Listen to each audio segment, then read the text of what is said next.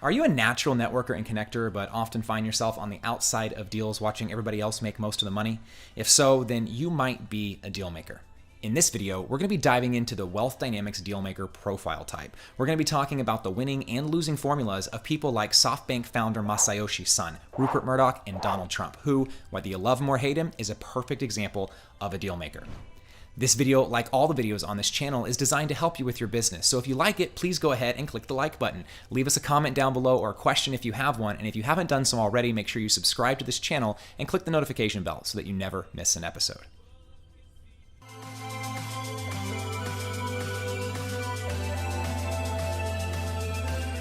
Okay, so we just finished up our first 5 minutes, which is really just about allowing everybody to get on and say hello. What we're going to go into next is differentiation, which is talking about how not all deal makers are the same, but then at the same time, they're very different from mechanics, which I just finished the mechanic profile. So it's really fun to come talk to y'all because you're the opposite of them. We're going to get an individualization, which is how you specifically are different from other deal makers. And then we'll spend 10 minutes going into the application. What does it take as a deal maker to actually build wealth? And then we'll finish it up at the end with 15 to 20 minutes of Q&A, just depending on how many questions that you have. So the first thing to look at for us is actually differentiation. So let me just share my iPad screen here and we'll dive in. Okay, so many of you have probably seen this model before. This is the Wealth Dynamics Square. Now, the Wealth Dynamics Square is what allows us to understand our place and how we're different from everybody else. So you'll see here that you're down here at the bottom right side of the Wealth Dynamics Square, and you are a deal maker. Now, as a deal maker profile, this means that you have a specific way you think and a specific way that you do things. And each of us are different in the way that we think and the way that we get things done. So for the deal maker, you are going to be on this thinking dynamic right here and on this action dynamic right here. And you're a corner profile. So what this means in wealth dynamics, we always talk about wealth being what's left over after the money goes away. You know, we look at the lottery winner who wins $1 million and then a year later is in debt 500,000 versus if somebody like Elon Musk had a reverse lottery and we took away all of his money, he'd be right back up on top in a few years. So what makes those two people so different? And the answer comes down to whether or not they have wealth. And all too often we get focused on money and we miss out on wealth. So if wealth is what's left over after the money goes away, how do we actually build wealth? And so we have a formula for that, which is wealth equals value times leverage. Now, certain profiles are better at creating value and certain profiles are better at creating leverage. What it comes down to is how you think versus how you act. So on the thinking dynamic scale, at the top here of the thinking dynamic, we have the intuitive thinking dynamic. So up here at the top is intuitive. Let me actually just write that here. So the more you are towards the top of that arrow, the more you're going to be able to connect invisible dots and see the future of what could be.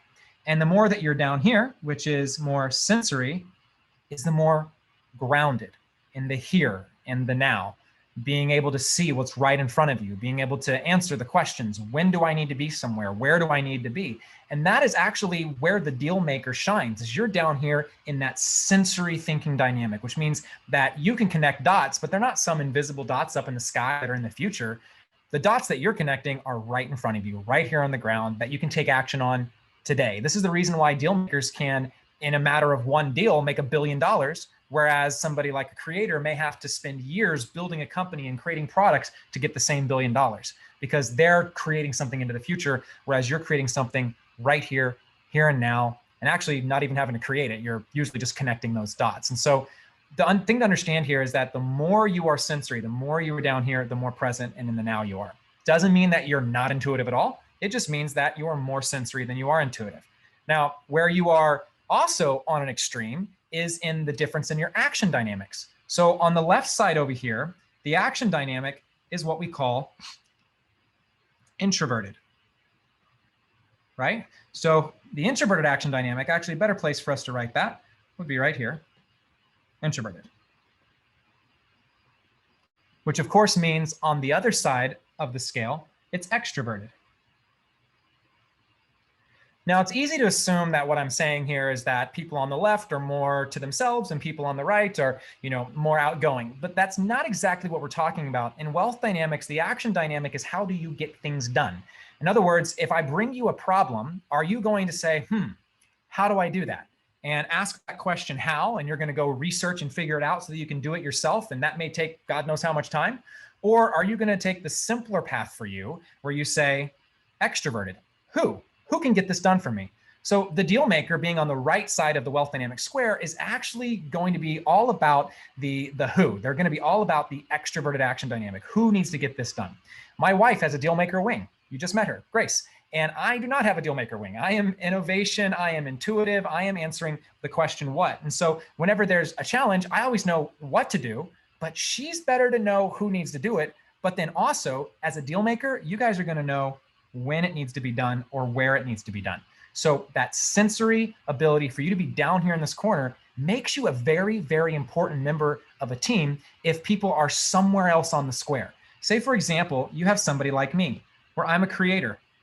Now, if you look at creators, we're not all the same, but I happen to be a very dynamo creator. So that means I'm always coming up with new stuff, new ideas, what all day long, right? In fact, I've got a whole Dropbox file on my computer that's full of all the whats that never were. And so what happens is I need somebody to take that what to the who, and I need somebody that can take that what and that who to the when. Well, you have the ability to mix the when and the who, and that's what's really valuable about being a deal maker.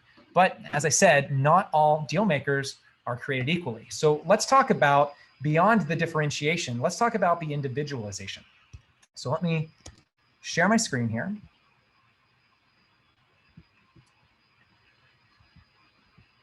Okay. So over here on the right, you see what is called the spider graph. And the spider graph shows us where this person's energy actually is. So not all deal makers are created equally. Perfect example is this one right here. This is a deal maker who's actually fairly balanced. She's got 32% blaze and 28% tempo and 24% steel and 16% dynamo. Very different from this deal maker who's 40% tempo, 40% blaze, 20% dynamo, and they ain't got no steel. So why is that important? Well, because when you get your 36-page Wealth Dynamics profile report and you read through that, you're going to have parts of that report that feel like the most amazing, aha, now I get it, I see what I've been doing wrong moments. And you're going to have parts that you read and go, that doesn't really sound like me. And the biggest risk here is that because it doesn't immediately sound like you, you might abandon the system and say, Wealth Dynamics doesn't fit me perfectly. Please understand that this report is written for all deal makers, not for you. So what that means is to whatever extent your percentages are not 50% blaze and 50% dynamo, some of this stuff isn't going to really hit home and just nail you. Don't use that as a reason to dismiss all of the work, because Wealth Dynamics, while it can help you understand a lot when you first read your report, it's over time, it begins to expose you and begins to show you its truth in your own visceral experience of living that profile. In other words, I'm a creator profile. I've got star mechanic wing. I love to be in creation. I love to be coming up with stuff. I love to be making products. But as an extroverted creator, I actually enjoy more than anything building products and companies and movements, whereas a more introverted creator would just be inventing things. A deal maker that happens to have more of a blaze position than having a tempo position is probably going to be really great at networking, connecting, closing deals, whereas the kind of looking after and making sure things are taken care of after the deal is closed may feel a little bit weaker. And so what happens as you begin to really understand your Wealth Dynamics profile is you begin to take actions in your life that allow you to stay in flow. And that flow means living according more to your spider graph than it means living according to your Wealth Dynamics profile type. So let's take a look at these and see how well you feel like they really go home and hit home for you.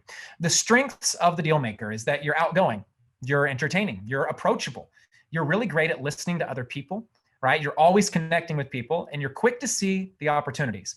Deal makers are in their best environment when they're on the phone, when they're doing something. They always say that a deal maker is better at making a deal over a salad than a spreadsheet, right? And so you being out there connecting with people, that is your superpower.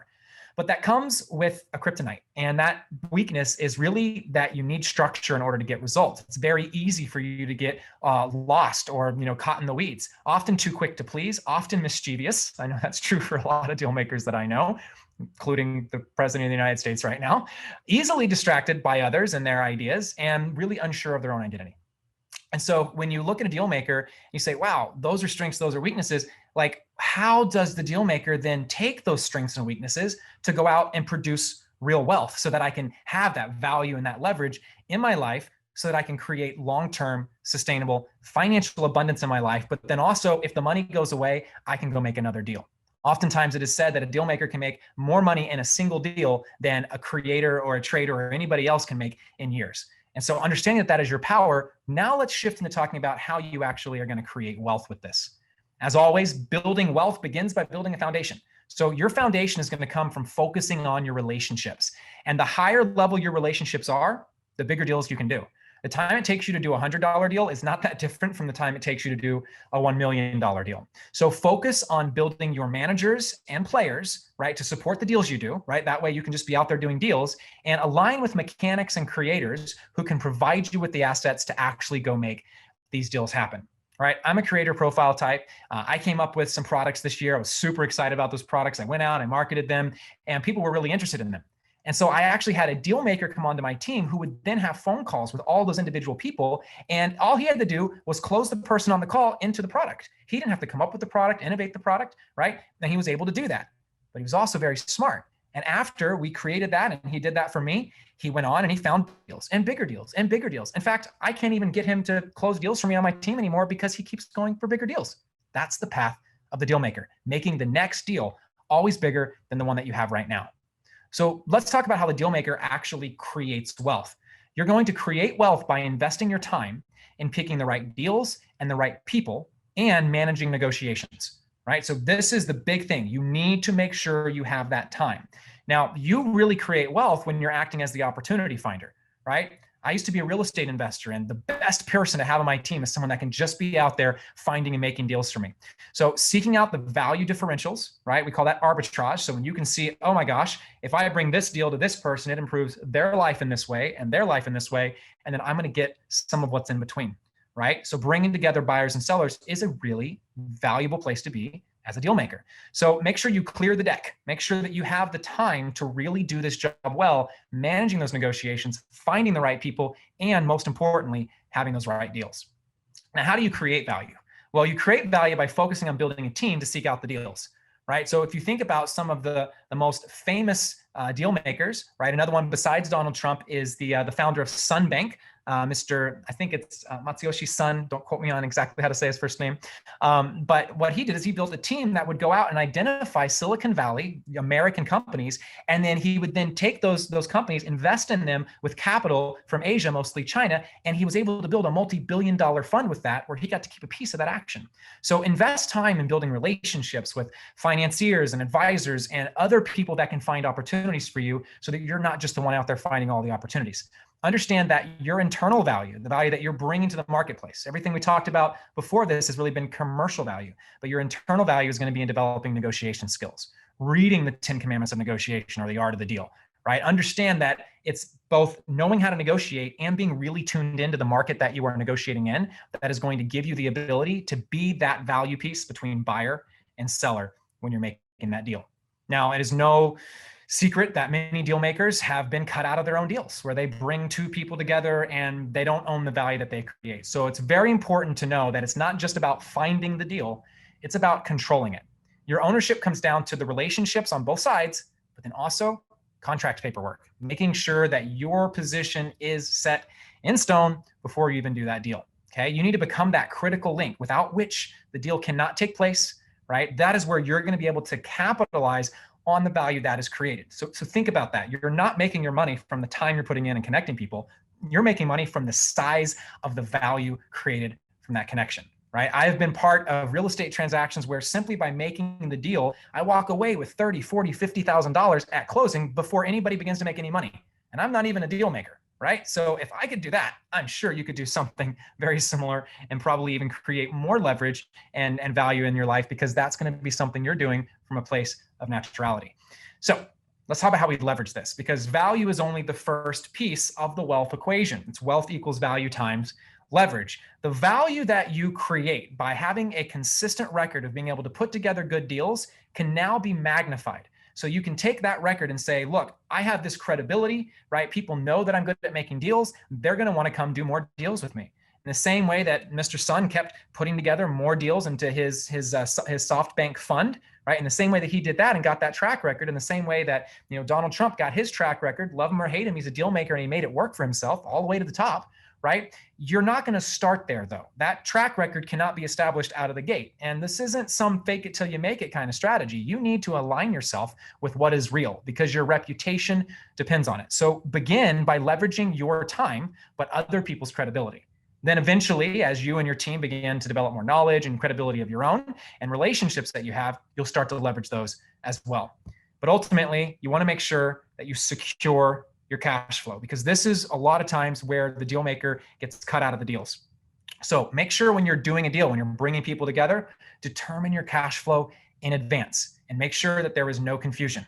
Okay, now you want your cash flow to come from the deal itself, not necessarily future profits. So you may feel kind of allured into like the equity and getting a piece of the upside and all of that. And if you can get some of that, go for it. But don't take that at the loss of getting paid now. You want a front end commission and a back end commission and auxiliary fees, right? I had a deal maker mentor when I was in real estate, and he literally showed me like close the deal, make money, okay? Sell the deal to an investment fund, make money, and then own a piece of it long-term so you make money. And he's literally making money in and out and sideways and all these different angles. And the bigger the deal and the bigger the players, the bigger chunk he was able to get for himself and his family, making more again in one check going into his bank account than a lot of people might make in 2 or 3 years. So make sure that the money you make is related to the wealth created, not the time you spent getting the deal done. And make sure that the value creator and the value receiver in that deal understand that you are here to help create value.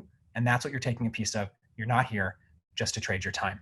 So this is what it is really like to be a Wealth Dynamics deal maker as a wealth creator. However, you may be right now a deal maker that says, Trey, this all sounds great, but it's really big and I need to pay bills next week, right? I'm not in a place where I can think about like this big picture of deal making. And I want to have empathy for that because yes, you're right. You need to start with where you are and grow from there. And for some people, if you're at the bottom of the Wealth Lighthouse, and if you're not sure what the Wealth Lighthouse is, please go watch the Wealth Lighthouse or Wealth Spectrum video that I have on YouTube, and you'll see that there's 9 different levels of mastering being a deal maker. Well, if you're at that first or second level, you're not going to be out there like making your living off of making deals. So you're going to need to get yourself onto a team. Or maybe you're watching this video and you're just thinking about deal makers and you aren't one. And you're wondering, well, how would a deal maker fit on my team if it's somebody that needs to go out and make deals for me, but as soon as they make a bigger deal, they're going to leave my team? Well, it's actually by understanding that deal makers are peacemakers. So externally facing, we just talked about how they build wealth. Internally facing as a member of a team, deal makers are really great at making sure everybody feels good, right? Don't expect them to go out cold calling. They thrive in building on the relationships that they already have. Right? So if you have a community, great person to manage that community to take a look after everybody, make sure that they're taken care of is actually that deal maker.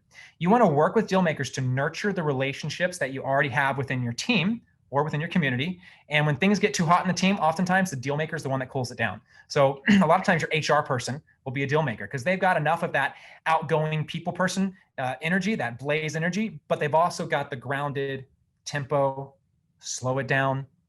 They don't talk like Trey. Right? And they are able to really make people feel seen and nurtured. And that's the value of having a deal maker on your team. Okay, deal makers, that's all we got for today. If you are a deal maker, awesome. I'm going to tell you in a moment how you can get into flow using your profile. But first, if you're someone who doesn't know what your Wealth Dynamics profile is yet, you can actually find down in the description below a link to go take the Wealth Dynamics profile test. It's normally like $100. You can get it at a discount down there. And if you are a deal maker and you'd like to get some help putting your business into flow, there's also a link for you to reach out to a member of our team. We'll hop on the phone and help you figure out what your best next steps just might be. This video, like all the videos on this channel, is designed to help you get into more flow in your business. So please do us and other entrepreneurs the favor of sharing this video, liking this video, commenting down below with your biggest takeaway. That way more people who could use this information are able to find it. And if you haven't subscribed to our channel already, go ahead and do that now. Click that notification bell so that you never miss an episode. And until next week, remember, keep finding your flow.